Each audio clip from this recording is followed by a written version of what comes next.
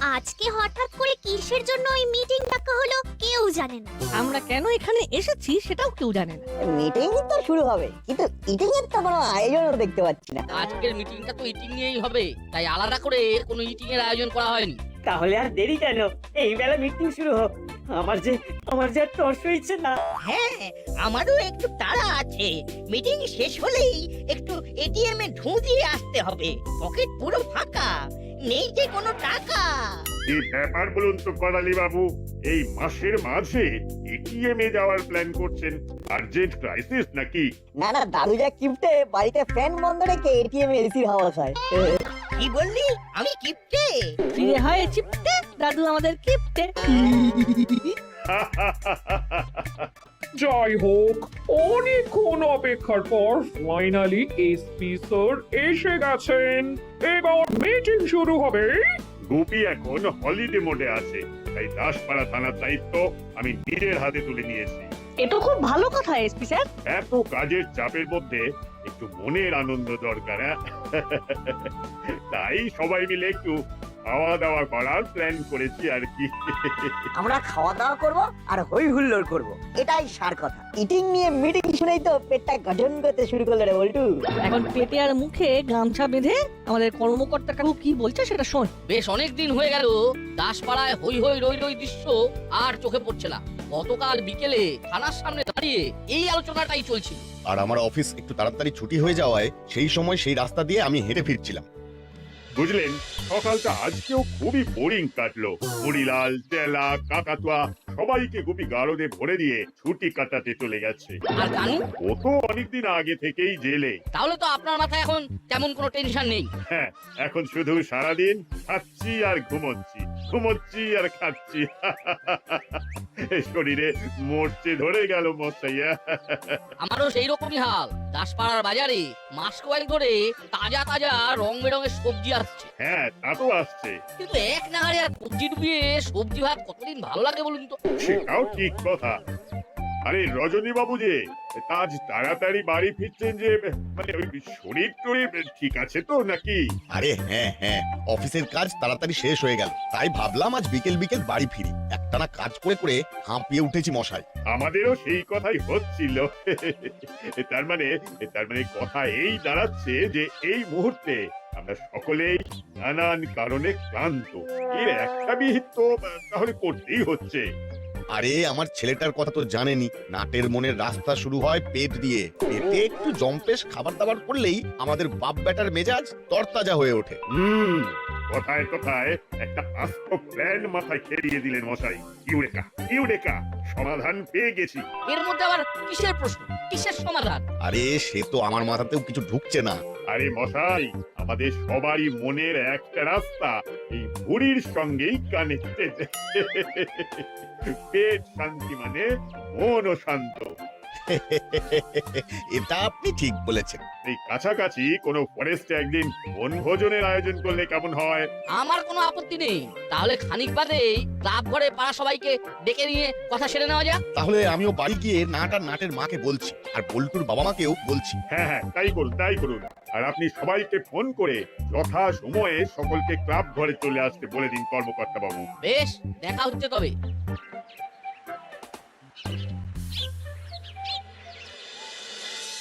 ও আচ্ছা, এই কথা। তা বেশ বেশ, আমার কোনো আপত্তি নেই। সামনের রবিবারই হোক তবে। না না না, আমার আপত্তি আছে, আপত্তি আছে। আহা, পাড়ার সকলে মিলে এতদিন পর কোথায় হইচই করে জম্পেশ খাবার দাবার খাবো, হই হুল্লোড় করবো, এর মধ্যে আবার আপত্তি কিসের? আরে মিত্তি দিদি যখন বলছেন তখন নিশ্চয়ই ওনার কোনো সমস্যা আছে। বলুন দিদি। অনেকদিন বাড়িতে থেকে থেকে বোর হয়ে গেছি, তাই কর্তাকে বলেছি এই রবিবার আমাদের 3 জনের জন্য সমুদ্র সৈকতে যাওয়ার ট্রেনের টিকিট কেটে দিতে। আমি খুব দুঃখিত। এই দাদা, একদিনে দুটো অপশন, কোনটা ছেড়ে কোনটা খাই বলতো? আরে দাঁড়া দাঁড়া, মাথা ঠান্ডা কর। বেস্ট অপশনটাই কায়দা করে বেছে নিতে হবে, কি বুঝলি? আমি বলছি কি, বেড়াতে তো আমরাও বহুদিন কোথাও যাইনি। পিকনিক যখন হচ্ছেই তখন বাইরের কোনো পার্কে, জঙ্গলেও করা যেতে পারে। ভালো মন্দ খাওয়া দাওয়ার সাথে একটু ঘুরে বেড়ানো যাবে। ওই দেখ দাদা, এইবারের প্ল্যানটাই কিন্তু সলিড। মাসির সঙ্গে বেড়াতে গেলে সেই মাসির হাত ধরেই ঘুরে বেড়াতে হবে, তার থেকে পিকনিকই ভালো। ঠিক বলেছিস হলো। এই ভালো মন্দ খাওয়া দাওয়ার সুযোগ কোনোভাবেই হাত ছাড়া করতে ইচ্ছে করছে না রে ভাই। তখন দিকে বিড়বিড় করে কি এত আলোচনা করছো বলো তো তোমরা? বলো তোমরা কি চাও, সমুদ্র নাকি জঙ্গলে পিকনিক? হ্যাঁ বল বল। না মানে মাসি, আমরা আর কি বলবো, তুমি যা বলবে তাই হবে। আরে এই হলো, এসব কি বলছিস? মাসিকে বল যে আমরা পিকনিকে যাব। এই বাটালি, তুই আবার কি বলছিস হুলোকে? আমাকে বল তুই কি চাস? না মাসি, বলছি যে এই পাড়ার সবাই যখন পিকনিকে যাচ্ছে তখন সবাইকে ছেড়ে এইভাবে একা একা বেড়াতে যাওয়াটা কি ভালো দেখাবে? তাছাড়া সবাইকে ছেড়ে ঘুরে বেড়াতেও খুব কষ্ট হবে গো মাসি। তাহলে তাই হোক, আমরা সকলে মিলে একসঙ্গে পিকনিকে যাচ্ছি। তবে পিকনিক তো খেতাম আমাদের সময়ে, তখন দেশ সবে স্বাধীন হয়েছে, আমরা তখন যুবক, স্বাধীনতার আনন্দে আত্মহারা। আমরাও সেই আনন্দ উদযাপন করতে পাড়ার সকলে মিলে আয়োজন করলাম পিকনিকের, পাশের গ্রামের এক জঙ্গলে। তারপর সে কি ভয়ানক কাণ্ড! সেদিন এই করালি না থাকলে কি যে হতো! দেশ স্বাধীন হওয়ার সময় তুমি যদি যুবক হও তাহলে এখন তোমার বয়স কত গো? আমরা তো জানি 75 প্লাস, কিন্তু লজিক খুঁজে পাচ্ছি না। যাই হোক, আচ্ছা দাদু, তুমি কি এমন করলে যে সবাই প্রাণে বেঁচে গেল? অত্যাধিক পাকা ছেলে দেখছি তোরা। বড়দের কথার মাঝে কথা না বললে তোদের ভাত হজম হয় না, নারে না? এত বড় হলি কিন্তু কিছুই শিখলি না রে। আহা নাট বল্টু, করালি বাবু কি বলছেন আগে শুনি, তারপর কথা বল। হ্যাঁ, তারপর কি এমন হলো করালি বাবু যে আপনাকে সকলের প্রাণ রক্ষা দায়িত্ব নিতে হলো? তা দায়িত্ব নিতে হবে না? আমরা কি আর এই যুগের ছেলে মেয়েদের মতন অলস ছিলাম? আমার অলস নই দাদু। আমরা ছিলাম 3 বেলা মুকুর ঘোরানো পালোয়ান। তা পিকনিকে সকলে পোলাও কোরমা খেয়ে হাত মুখ ধুয়ে কমলা লেবু খাচ্ছে, পুরো জঙ্গলে কোরমার গন্ধ একেবারে মো মো করছে। তারপর কোরমার গন্ধে ইংরেজ আমলে ডাকাত চলে এলো। আহা, ডাকাত এলে তবুও মেনে নিতাম। ওমা, দেখি জঙ্গল থেকে বেরিয়ে এলো আস্ত দুটো চিতাবাঘ। দাদু বলছি, এটা না বাড়াবাড়ি হয়ে গেল না মনে হচ্ছে একটু? হ্যাঁ, তার মানে আপনি কি বলতে চাইছেন? আপনি বাঘের সঙ্গে লড়াই করেছেন? না না, এ কি করে সম্ভব? আরে বাঘের সঙ্গে খামোখা মারপিট করতে যাব কেন? আমাদের শুধু শরীরের জোর ছিল না, ছিল বুদ্ধির জোরও। সেই দিক থেকে আমরাও অনেক এগিয়ে আছি কর্নেল দাদু। সে যতই তুমি এই যুগের ছেলে মেয়েদের ইনসাল্ট করো না কেন। শুধু বুদ্ধি থাকলে হবে, আমাদের মতন ফিট বডিও প্রয়োজন, বুঝলি? ওই ফিট বডি দিয়ে যে কি দেশ উদ্ধার করেছো তা আমাদের জানা আছে। একজন কুমড়ো আর একজন ঢেঁড়স, এই বডি নিয়ে তোরা আমাদের জাজ করিস। এই এই একদম আমাদের বডি নিয়ে উল্টো পাল্টা কথা বলবেন না, আমি বলে দিলাম। এই কেন বলবো না রে, কেন বলবো না? চুপ, একদম চুপ। করালি বাবু, আপনি কি বলছিলেন বলে যান। আর কি বলবো, হঠাৎ দেখি দুটো চিতাবাঘ। তারপর আমাকে দেখে ওরা ঘাবড়ে গিয়ে যেই না একটু এগিয়ে এসেছে, অমনি আমি পাশে থাকা একটা বড় স্টিলের গামলা তুলে সেটায় পেল্লাই এক খুন্তি দিয়ে ঢাকের মতন বাজাতে থাকলাম, আর বাঘের দিকে এগিয়ে যেতে থাকলাম। তারপর বাঘ ভয় পালালো। আর উপায় কি, আমাদের ওদের দিকে ওইভাবে আসতে দেখে ওদের আর পায় কি, ভয়ে এমন ছুট লাগালো যে বেচাদের ওই দিন আর আশেপাশে দেখা গেল না। বলি হরি আপনার করালি বাবু, সাবাস সাবাস। সবই ঠিকই আছে, কিন্তু দাদু তোমার বয়স যেন কত? কত আর এই 75 প্লাস হতে চললো, তবুও এখনো আছে তেমনি গায়ের জোর আর বুদ্ধির জোর। কিন্তু আমাদের দেশ স্বাধীন হয়েছে 78 বছর হলো। সেই হিসাব করলে সেই সময় তোমার বয়স ছিল 3 কি 4। না মানে মানে হিসেবে একটু গন্ডগোল করে ফেলেছি।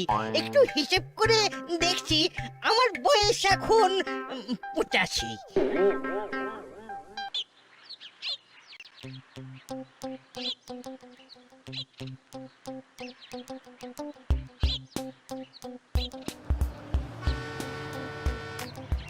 কিরে নাট, সেই সকাল থেকে দেখছি, স্কুলেও দেখলাম তোরা কিরকম মুখ গোমরা করে বসেছিলি। কি হয়েছে তোদের? খুলে বলতো। গতকাল ওইভাবে সবার সামনে হুলোদার বাটুলদা কিভাবে আমাদের কনসাল্ট করে ইনসাল্ট করলো দেখি। ও এই ব্যাপার, হ্যাঁ তা বটে। আমি তো করালি দাদুর বাঘ তাড়ানোর গল্পটা যতবার মনে করছি ততবার হেসে হেসে অস্থির হয়ে যাচ্ছি। সে আর বলতে, শোন আমার মাথায় একটা প্ল্যান এসেছে, যেটা এক ঢিলে দুই পাখি ফুরুত করে উড়ে যাবে। আর পিকনিকের দিন এমন সেজে যাবো না যে হুলোদা বাটুলদা চমকে পড়ে চামচিকে হয়ে যাবে। আরে না, সাব্বাস, এই তো চাই। তাহলে শুভ কাজে আর দেরি করা নাই, বুঝলি? চট করে আমাদের প্ল্যানটা বলে ফেল, আর পট করে আমরা মাথায় নোট করে ফেলি।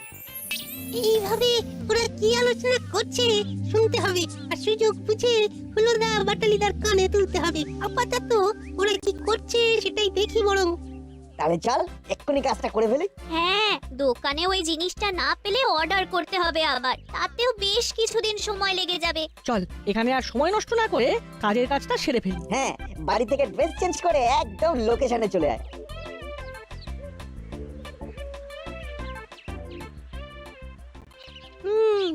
উমা, না কোথায় যেন যাচ্ছে, না ওদেরকে চোখে চোখে রাখতে হবে।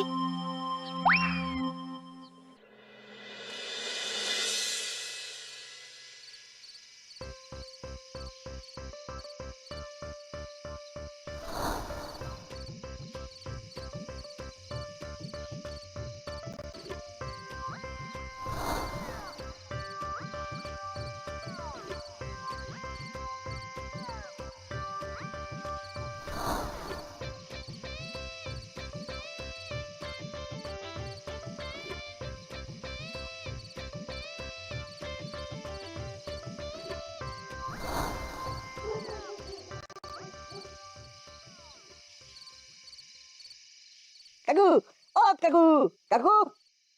কি ছোকরা, কি দরকার, কি চাই? বাঘ চাই, বাঘ, সঙ্গে একটা শেয়ালও। এটা কি চিড়িয়াখানা পেয়েছো যে বাঘ শিয়াল চাইছো? বেকার সময় নষ্ট করো না। এই মেয়ে, তুমি বলো কি দরকারে এখানে এসেছো? কাকু সরি, রাগ করবেন না, আসলে আমাদের একটা বাঘের পোশাক আর একটা শিয়ালের পোশাক চাই। ও তাই বলো। পোশাক থেকে মুখোশ, বাঘ থেকে বেড়াল, সব কিছু আছে আমার দোকানে।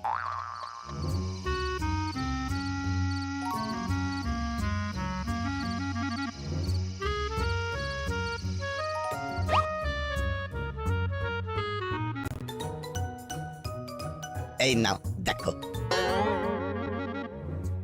উফ, কি দেখালে কাকু, মন ভরে গেল। তাহলে চটপট এই দুটো পোশাক প্যাক করে রেখে দাও, আমরা ঠিক সময়ে এসে জিনিসটা পিক করে নেব। ওকে, টাটা কাকু, টাটা।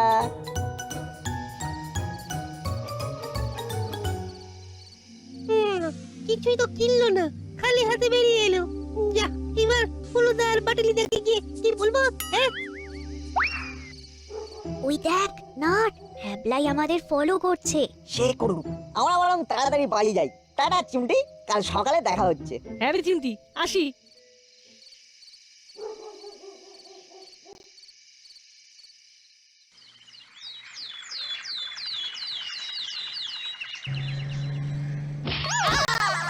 বাবা রে, কোমর গেল রে। আরে আরে সরি সরি করালি বাবু, এক্সট্রিমলি সরি। এইভাবে যাত্রার শুরুতেই বিপদ।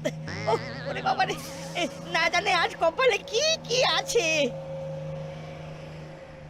ওই দেখ দাদা, বিচ্ছু দুটো সেই তখন থেকে সাজগোজ করেই যাচ্ছে। দেখ দেখ কেমন চকচকে জামা কাপড় পরেছে দুজনে। সেই তো দেখছি। কাল মাসিকে কতবার বললাম যে আমাদের দুটো নতুন জামা আলমারি থেকে বের করে দাও, কিছুতেই দিল না। আর দেখ এই বিচ্ছু দুটো কেমন মাঞ্জা দিয়ে এসেছে। শুনলি না, সেদিন ভ্যাবলাই বললো ওরা পাশের পাড়ায় সাজঘরে গেছিল, মনে হয় সার্কাসের ড্রেস দুটো সেখান থেকে কিনেছে। দেখ পুরো জোকার লাগছে। আমাদের সময়ের কথা আজকালকার ছেলে মেয়েরা বিশ্বাস করে না। আহা, এই আপনি কি বলছেন? ওরা বাচ্চা ছেলে, সেদিন কি বলতে কি বলে ফেলেছে। ওদের হয়ে আমরা ক্ষমা চেয়ে নিচ্ছি। সেসব তো বুঝলাম, এখন এইসব বাদ দিয়ে আমরা করালি বাবুর আরো কিছু অভিজ্ঞতার কথা শুনি, কি বলো? বুঝলি নাট বল্টু, তোদের মতন বয়সে আমার ছিল একদম সিক্স প্যাক। পাড়ার সব ছেলেপুলেরা মিলে আমরা শরীর চর্চা করতাম নিয়মিত। একবার আমাদের খেলার মাঠে এসে গেল এক মস্ত বড় সাপ। কোন সাপ দাদু? পাইথন? আচ্ছা দাদু, পাইথন সব কি ম্যারাথনে দৌড়াতে পারে? এই তোদের আবার শুরু হলো। চুপ চুপ, একদম চুপ। আহা, আজকের দিনে ওদের বকবেন না, ওরাই তো আজকে আনন্দ করবে। হ্যাঁ, আজ ওদের ক্ষমা করার দিন, কি বলিস নাটবল্টু? একদম ঠিক। আচ্ছা করলি দাদু, তারপর কি হলো? আরে তখন সন্ধ্যা হয়ে গেছে, শীতের সন্ধ্যা। আমি বসে আছি মাঠের ধারে, সেই সময় দেখি আমার ঘাড়ের ওপর কিছু একটা পড়লো। তারপর একেবারে সোজা ঘাড়ের উপরে পাইথন? না মানে করালি বাবু, এটা একটু বাড়াবাড়ির দিকে চলে যাচ্ছে না? আরে ধুর, কি বলছেন মশাই? আমাদের সময়ে এইসব পাইথন টাইথন গুয়ের বালি। ওই দেখ, করলি দাদু আবার শুরু করে দিয়েছে। বাপরে, মাথা ধরে গেল। চল কানে হেডফোন গুজে চুপচাপ একটু রেস্ট নি, পৌঁছে অনেক কাজ। সে আর বলতে, চল সেটাই কই।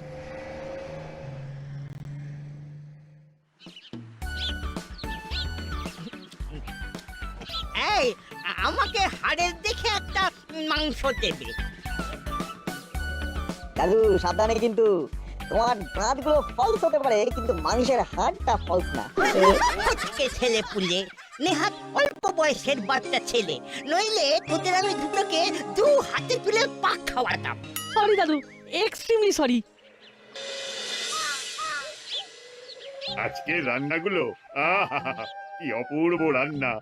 আহা, একটা কিরে না, তোর কেমন লাগলো?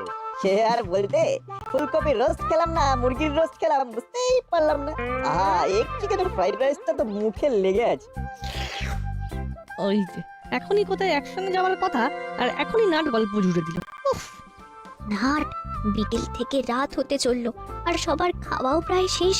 আর একটু পরেই সবাই বাসে উঠে পড়বে।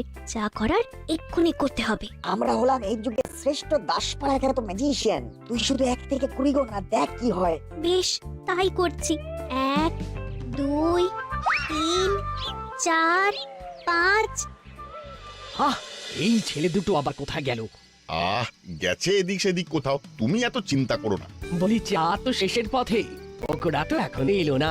আমিও তো সেটাই ভাবছি, চায়ের সঙ্গে চা না থাকলে কি আর পিকনিকের সন্ধ্যা জমে? দাঁড়ান দাঁড়ান, আমি দেখে আসছি। এই সুযোগে 5-6টা এক্সট্রা পকোড়া খেয়ে নেব। যাই যাই, দেখি রান্নার ঠাকুরের কত দূর হলো।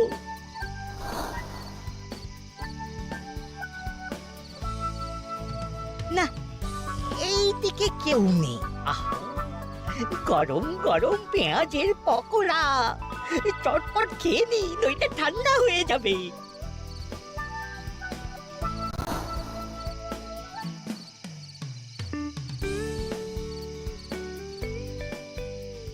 ও মা গো, ও বাবা গো, ওরে বাবা, মরে গেলাম রে।